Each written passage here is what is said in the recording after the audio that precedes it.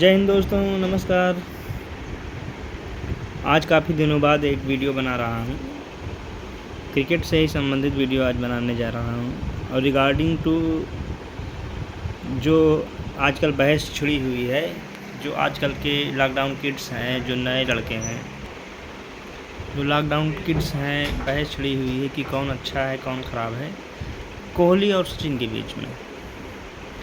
तो कई इंटरव्यू में लोगों ने सचिन को अच्छा कहा, आजकल के कुछ लोगों ने कोहली को अच्छा कहा। किसी ने कहा कि एक इंटरव्यू समथिंग पाकिस्तान का है, शायद सकलैन मुश्ताक या वसीम अकरम समथिंग कोई भी हो, तो उन्होंने कहा कि फर्स्ट इनिंग में सचिन तेंदुलकर और सेकंड इनिंग में विराट कोहली। तो कुछ एनालिसिस कर लेते हैं चीज़ों की। वैसे मेरा पहला वीडियो जो यूट्यूब पर पड़ा है वो कंपैरिजन का ही है, आप उसको देखिएगा तो आपको एक्चुअल में बात समझ में आएगी कि कौन किसके बराबर है। तो उसमें दोनों लोग बराबर ही थे, सचिन 2 कदम आगे ही थे, फिर भी आप उसको देखिएगा तो समझ में आएगा। लेकिन आज की जनरेशन के अनुसार अगर मैं बात कर लेता हूँ तो कोहली ऐसा नहीं है कि सचिन के साथ उन्होंने खेला नहीं है। कोहली ने 2009 के आसपास से 2013 तक, सचिन जब तक वनडे में थे 12 तक, 11 वर्ल्ड कप तक, उसके बाद कुछ मैचेस में जब तक बांग्लादेश के खिलाफ शतक नहीं मारे थे तब तक जो है कोहली और सचिन दोनों लोग साथ में खेले हैं।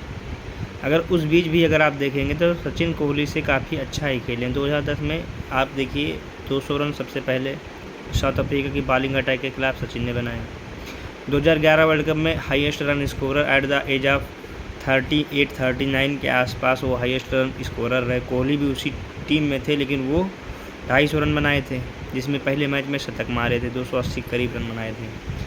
तो एक तरीका हो गया। उसके बाद उनको नीचे डाउन तो रन नहीं बना पाया, ऐसा नहीं कि उनकी बैटिंग नहीं है, लेकिन वो रन नहीं बनाए पाए क्योंकि हर खिलाड़ी नीचे रन नहीं बना सकता। तो इसलिए अब आते हैं कोहली इरा की बात करते हैं। तो कोहली 2009-10 तक तो कोहली के पास फर्स्ट डाउन, आप जैसे कोहली सेकंड डाउन आए या फर्स्ट डाउन आए, तो जब तक सेकंड डाउन आते थे नंबर 4 पर, तो उनके पास गंभीर, ऊपर सहवाग, और आप देखेंगे कि सहवाग का 2008 से पहले का रिकॉर्ड और उसके बाद के रिकॉर्ड में 11 तक लगभग काफ़ी अंतर है। 11 तक जो उनकी वनडे की एवरेज है काफ़ी अच्छी बढ़ी है, लगभग 32-33 से बढ़ के 35-36 तक हुई है। तो वो पूरा एरिया जो उन्होंने कवर किया। युवराज सिंह की एवरेज 32-33 से बढ़कर 37 तक आई, वो भी उसी एरिया में आई, वो 38 तक चली गई, तो कवर था। फिर रैना और धोनी, रैना तेज़ खेलते थे, धोनी फिनिश करते थे, तो वो गोल्डन पीरियड था 2012 तक। धोनी भी 12-13 तक उस हिसाब से अच्छा खेलते रहे। उसके बाद फिर अलग से समय आया, अलग चीज़ें आई। फिर कोहली का जो दौर आया उसमें आप देखेंगे कि शिखर धवन, रोहित शर्मा, कोहली ही मिलकर मैच ख़त्म कर देते थे। बाद में 2013-14 के बाद 14, 15, 16, 17 जो कोहली का गोल्डन पीरियड रहा, बाद में कभी मैच फंस जाता था, जल्दी विकेट गिर जाते थे, तो धोनी और रैना और बीच में हार्दिक पांड्या भी उसको कवर कर देते थे। अगर देखते हैं तो कोहली के पीरियड में कवर करने वाले आदमी रहे या क्रिकेट अच्छी होती चली गई, खिलाड़ी उसमें रहे। अगर हम बात करते हैं, और ऐसा भी नहीं है, आपके पास 90+ स्ट्राइक रेट युवराज सिंह, थोड़ा 87 धोनी का बाद में गिरा, लेकिन उस समय 90+ स्ट्राइक रेट धोनी का रहता था। फिर रैना 90+ स्ट्राइक रेट, मतलब आपके पास 300 टारगेट चेस करने के लिए भी अगर आपके पास आखिरी में 6 का रन रेट है और आपको 15 ओवर खेलने हैं, तो आराम से चेस करने वाले खिलाड़ी आपके पास रहते थे। तो कोहली का ऐसा पीरियड था। अगर मैं कहूँ कि सचिन फर्स्ट इनिंग तो दुनिया जानती है, सेकंड इनिंग में तो 20 शतक समथिंग, 20-22 शतक हैं, तो ऐसा नहीं कि वो ख़राब खेलने वाले हैं। आप समझिए सचिन को जो 22 शतक हैं, आप बताइए 175 रन कौन बनाया था ऑस्ट्रेलिया के खिलाफ। आखिरी 3 ओवर में 18-19 रन नहीं बन पाए, जडेजा क्रीज पे थे, सचिन आउट हो गए, नहीं बन पाए, 4 विकेट बाकी थे। पाकिस्तान के खिलाफ 141 रन वाली पारी आप देख लीजिए, नहीं चेस कर पाए, सचिन आउट हो गया। आप 96 वर्ल्ड कप का सेमीफाइनल देख लीजिए, उसमें देख लीजिए। हम 2003 वर्ल्ड कप से मैं मैच देखना शुरू किया हूँ।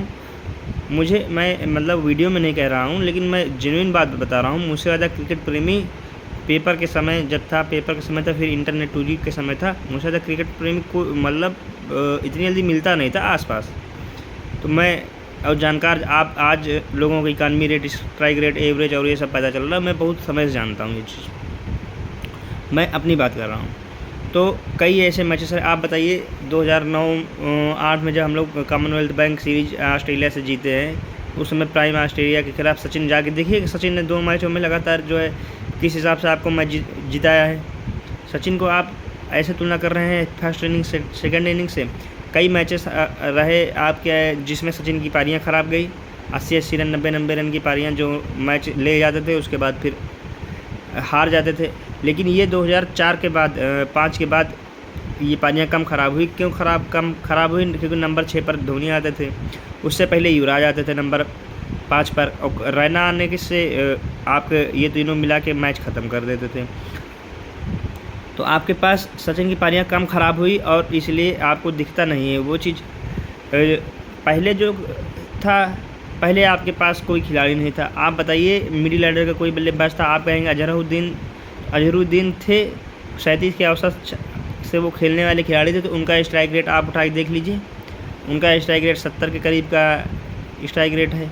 फिर राहुल द्रविड़ का बाद में वो 70 प्लस हुआ, और थोड़ा और बाद में 10, 11, 12 के आसपास। उससे पहले उनका स्ट्राइक रेट 66-67 का था। आप गांगुली को बहुत बड़ा बैट्समैन मानते हैं, कैरियर स्ट्राइक रेट 73 का है। जडेजा को पिंच हिटर मानते हैं जो नीचे आते थे। तो अगर मान लो 5 मैचों में एक मैच चले तो उसमें तेज खेले, शेष 4 में 62-63 का उनका स्ट्राइक रेट है। अब 62-63 का स्ट्राइक रेट से मतलब है अगर हम 70 भी औसत मान लें शेष खिलाड़ियों का तो 210 रन बनते हैं 300 गेंदों पे। 220 रन और 250 रन का टारगेट है। सचिन ने जो है अपना कैरियर 86 की स्ट्राइक रेट पे ख़त्म किया है। बहुत बड़े बड़े बल्लेबाज, सचिन की इरा का कोई भी बल्लेबाज सचिन से ज़्यादा का स्ट्राइक रेट नहीं रखता है। सचिन की इरा में 96 से पहले आप गिलक्रिस्ट जो है आए थे, उनका स्ट्राइक रेट 93-4 का है। तो वो तेज, तो उनकी औसत, वो जब वो तेज खेलते उनकी औसत 10 रन की कम है। फिर सनत जयसूर्या खेलते थे तेज, तो उनकी 13 रन की औसत कम है, हर इनिंग में 13 रन। अब वो सनत जयसूर्या 95-96, गिलक्रिस्ट 95-96, 10 रन 100 गेंदों में ज़्यादा अगर वो बनाते थे तो आपके 15 रन वो कम भी तो बना रहे हैं 10 रन औसत से। सचिन की इरा में सचिन के बराबर की औसत जो है सिर्फ कैलिस की थी। तो कैलिस का स्ट्राइक रेट भी 10-11 कम है, 100 गेंदों में 11 रन कम बनाते थे बराबर स्ट्राइक रेट पे। ब्रायन लारा आप ले लीजिए, औसत भी कम है, स्ट्राइक रेट भी 80 का है, 79 का है। पॉन्टिंग को ले लीजिए, बहुत आक्रामक खिलाड़ी, एवरेज भी कम है और स्ट्राइक रेट भी 81-82 का है। हेडन का ले लीजिए, 80 का स्ट्राइक रेट है, एवरेज भी कम है। सचिन के इरा उनसे पहले ले लीजिए तो उनके बराबर किसी का है ही नहीं और स्ट्राइक रेट भी उनसे कम है। उनसे ज़्यादा सिर्फ एक खिलाड़ी का उस इरा के बल्लेबाज 2010 के पहले के बल्लेबाज रहे हैं, उनमें सिर्फ एक खिलाड़ी का औसत स्ट्राइक रेट ज़्यादा है, वो विवियन रिचर्ड्स। उसके सिवा किसी का एवरेज ना उनसे ज़्यादा है ना उनसे स्ट्राइक रेट। तो विवियन रिचर्ड्स आउटस्टैंडिंग, उनकी तुलना कहीं नहीं की जा सकती वनडे में। फिर उसके सिवा कहीं कोई बड़ा से बड़ा खिलाड़ी, रिकी पॉन्टिंग, जय कालिस, आपका ब्रायन लारा, कोई भी ऐसा खिलाड़ी उनके आसपास नहीं है सचिन से वनडे में।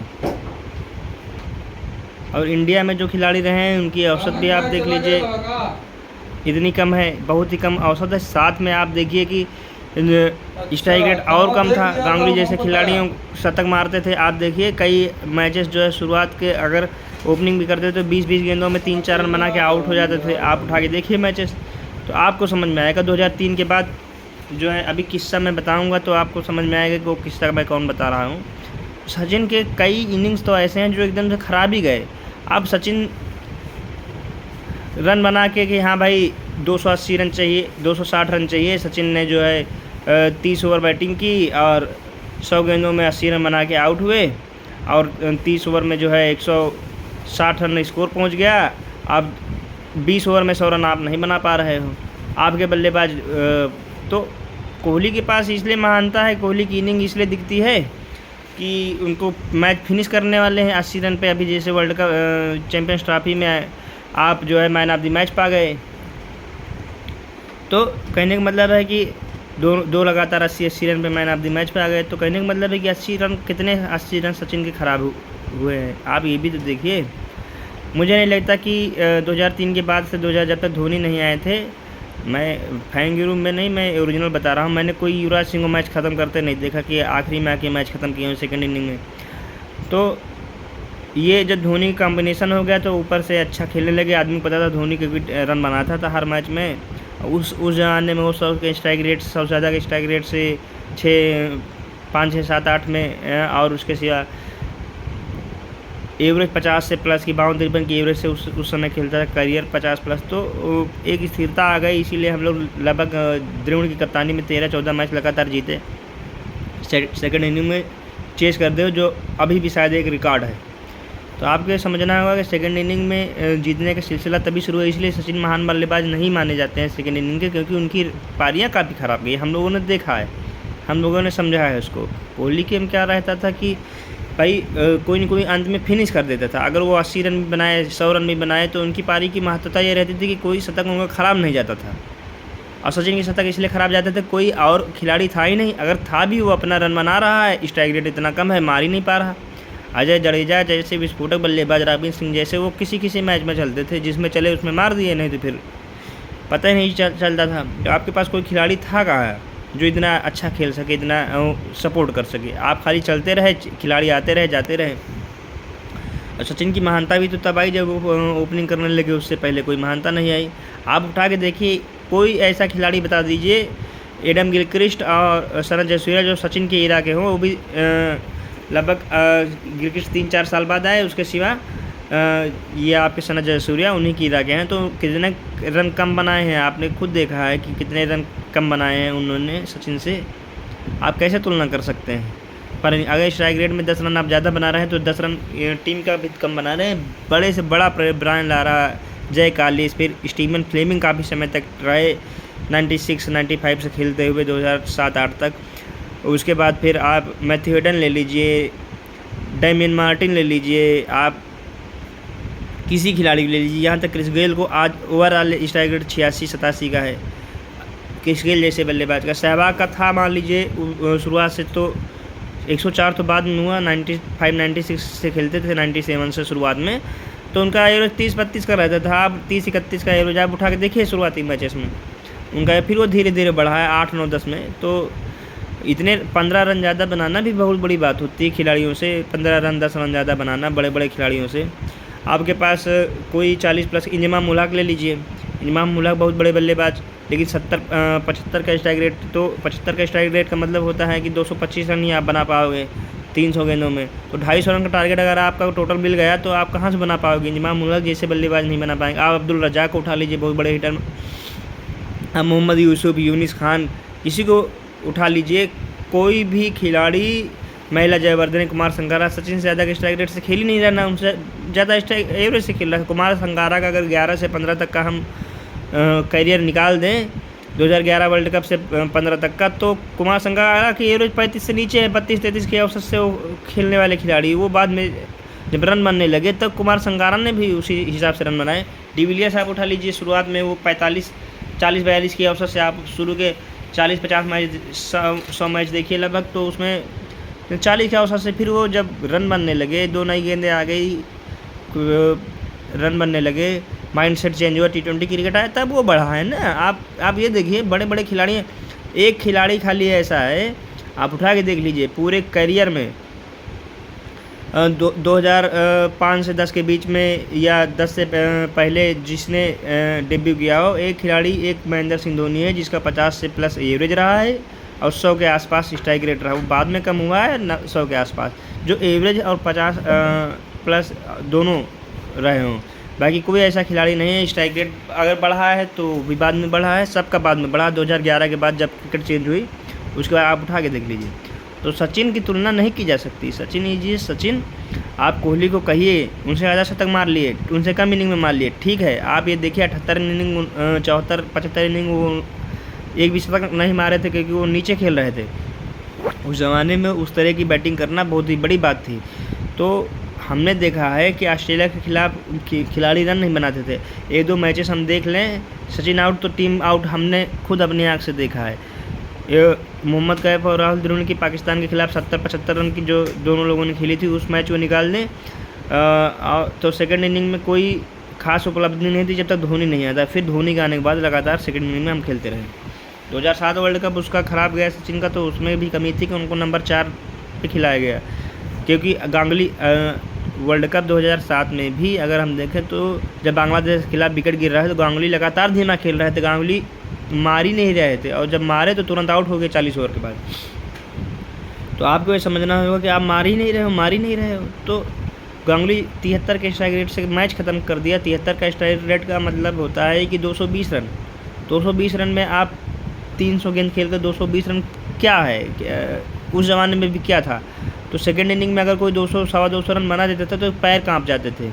एक बार मुझे याद है कि 234 रन फाइनल मैच था शायद ऑस्ट्रेलिया से, वो टारगेट मिला था 234 या 37 रन बनाया था, 38 रन शायद 38 रन का टारगेट मिला था। ईडन गार्डन में मैच था। 195 या 98 पे इंडिया ऑल आउट हो गई थी, तो खिलाड़ी ऑल आउट हो गए थे उसमें, जबकि आखिरी में आके अजीत अगरकर ने 2 छक्के मारे थे। आप उठा के देखिए, सचिन की तुलना आप कहीं से नहीं कर सकते हैं। सचिन सेकेंड इनिंग में फर्स्ट इनिंग में दोनों में वो रन बनाने वाला खिलाड़ी है, और बेस्ट से बेस्ट खिलाड़ी भी उसके ज़माने के उसके बराबर सेकेंड इनिंग में भी रन नहीं बनाए। उनकी औसत सेकेंड इनिंग में भी सचिन के बराबर नहीं है। तो आप ये मान लीजिए जिसके 20 से ज़्यादा शतक 20 शतक अगर सेकेंड इनिंग में 50 में अगर 20 शतक सेकेंड इनिंग में हैं, तो आप मान लीजिए कि वो कितना बड़ा खिलाड़ी रहा होगा। आप इस चीज़ को मानिए, 49 में 20 शतक अगर है तो करियर में उनके एक पॉन्टिंग 30-31 शतक 28 शतक जयसूर्या को छोड़कर कोई इनके आसपास नहीं था। आप समझिए कितना आगे थे अपनी जनरेशन से वो। तो कोहली की तुलना आप करिए, बिल्कुल करिए, लेकिन आप ये देखिए कि सचिन के समय में मैच को जिताने वाला कौन था। विनोद कांबली कहते हैं कि हमारा करियर ख़राब हुआ, पूरे करियर में 34-35 के औसत से, और वो भी 70 के स्ट्राइक रेट से खेलने वाले खिलाड़ी। इतना धीमा खेलने वाले खिलाड़ी आपकी टीम में थे कि रन बनना ही नहीं चाहिए था, रन बनते ही नहीं थे। सेकेंड इनिंग में तो मैंने देखा ही नहीं। आप उठा के बता दीजिए कोई 2003 के बाद से 5-4 आखिरी तक कौन से किसमें सेकेंड इनिंग में किसी अच्छी टीम से जीता हो। एक मैच याद आता है जो ऑस्ट्रेलिया के खिलाफ था, ऑस्ट्रेलिया में ही था शायद 2003 या 4 में, वर्ल्ड कप के बाद का मैच था, ये उतना याद नहीं है। तो उसमें गांगुली ने 80-82 रन बनाए थे और 18-20 रन चाहिए थे 3 ओवर में, और संजय बांगड़ ने उनको रन आउट करा दिया था। उसके बाद फिर मैच हार गए हम लोग। 18-20 रन आखिरी के 3-4 बल्लेबाज नहीं बना पाते थे। क्या ऐसा बाद में हुआ है? कोहली के समय में ऐसा हुआ है? कोई मैच आप दिखा दीजिए कोहली की इनिंग ख़राब गई हो, कहीं नहीं ख़राब गई। सचिन की ऐसी सैकड़ों इनिंग आपको मिल जाएंगी, 50वें इनिंग जो ख़राब गई। इसी वजह से वो उस लिस्ट में हम नहीं रखते हैं, बिल्कुल गलत बात है। आपके पास फील्डर पहले सिर्फ 15 ओवर का पावर प्ले होता था, और उसमें भी फील्डर्स जो है चार फील्डर शायद अलाउ थे बाहर। अभी तो 2 फील्डर आपके, मारिए जितना मारना हो, 2 नई गेंदें आ गई हैं, मारिए जितना मारना हो। आपके पास बॉलर क्या बचे हैं? फिर सचिन की सीरा में खेले हैं, आपके पास सारे बॉलर की भरमार थी, रन नहीं देते थे। दूसरा चीज़, भारत के पास बॉलर नहीं थे। भारत के पास इसलिए बॉलर नहीं थे, भारत के सबसे अच्छे बॉलर अनिल कुंबले, जहीर खान, ये सब 30-30 की औसत से बॉलिंग कराने वाले। आज बुमराह जैसा बॉलर जो है 20 की औसत से बॉलिंग करा रहा है। आप समझिए, हम उसको बहुत अच्छा मानते हैं। जब 30 की औसत से बॉलिंग कराने का मतलब है कि आप 10 विकेट लेने में 300 रन दे रहे हैं, 29 की औसत 290 रन दे रहे हैं। तो ऐसे बॉलर जब टीम में खेल रहे हैं, तो जो घरेलू स्तर पे बॉलिंग कराते होंगे उनकी परफॉर्मेंस, या जो बॉल बॉय जाते हैं उनकी परफॉर्मेंस क्या रहती होगी, आप समझिए। तो उनको प्रैक्टिस में खेल के आप इतने बड़े बड़े बॉलर्स को खेल कर इतने रन बनाए हैं। भारत के पास बॉलर नहीं थे। अगर वही सचिन बाहर किसी कंट्री में होते तो यही औसत 50 से ऊपर होती, क्योंकि आपके पास उस तरह के बॉलर नहीं है, तब आप इतने अच्छे बल्लेबाजी कर ले रहे हैं। तो तुलना आप कर ही नहीं सकते। आज कोहली के पास A1 बॉलर है, A1 फील्ड है, A1 व्यवस्था है। आपके पास कोका बुर्रा की बॉल नहीं होती थी 2005-6 में। आप आकाश चोपड़ा से पूछिए, वहाँ जाके कोका बुर्रा से खेलते थे, यहाँ नॉर्मल बॉल से खेलते थे। आपको पता होना चाहिए कि किस तरह कंडीशन में उन्होंने रन बनाए हैं, उन्होंने किस तरह की बॉलिंग को फेस कर 120, 25, 30 की बॉलिंग 35 की फेस करके 150 के खिलाड़ियों को आउट करते थे, रन बनाते थे। तो आपको समझना होगा कि वो किस बॉलिंग को खेल कर आए हैं और ये किस बॉलिंग को खेल कर आए हैं। आपके पास कोई फास्ट बॉलर था ही नहीं। जयमंगल सेना तो आप उनसे प्रैक्टिस थोड़ी नहीं कराओगे, थोड़ा फास्ट बॉलिंग कराते थे। तो आपको समझना होगा कि सचिन की कहीं से तुलना नहीं है। आप उनके इधर के बल्लेबाज को देखिए कि कितना धीमा खेलते थे, तो उनकी इनिंग क्योंकि ख़राब जाती थी। आप उठा के देख लीजिए, हम लोग कहते हैं कि कोहली ने श्रीलंका के खिलाफ 320 रन के टारगेट को 40 ओवर में चेस कर लिया, जो ट्राई सीरीज में 133 या ऐसे कुछ 28 रन जितना बनाए थे, मलिंगा को 24 रन मारे। बिल्कुल सही बात है। आप उसमें शुरुआत देखिए, पहले गंभीर ने 60 गेंदों में 60 रन जो बनाए थे, उसके सिवा आप शुरुआत देखिए तो उसमें सचिन ने कितना तेज शुरुआत दी थी, आपने देखा जाके कभी? इसी तरह से आप रिकॉर्ड उठा के देख लीजिए, अगर सचिन सहवाग के बीच में 100 रन की साझेदारी या 50 रन की साझेदारी हुई हो दोनों के बीच में, तो 10 में से 6 बार सचिन ने सहवाग से तेज रन न बनाए हो तो लिख लीजिएगा आप, उसमें आप उठा के देख लीजिए, सहवाग से तेज रन सचिन ने बनाया है। फिर उसमें तो आप सचिन की तुलना नहीं कर सकते। उसने उस ज़माने में 86 के स्ट्राइक रेट का मतलब होता है कि 260 रन, उस ज़माने में 260 रन के अनुसार बनाया था रन।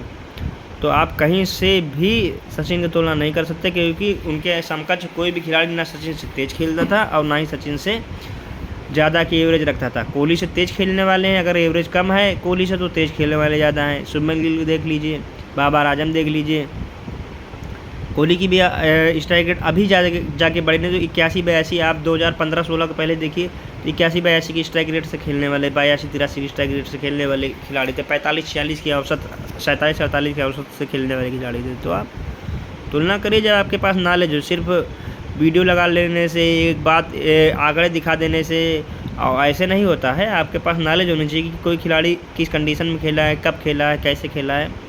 तो इसीलिए ये वीडियो ज़रूरी है, वीडियो बनाना ज़रूरी था। आपके पास जो खिलाड़ी थे वो उस काबिल थे नहीं।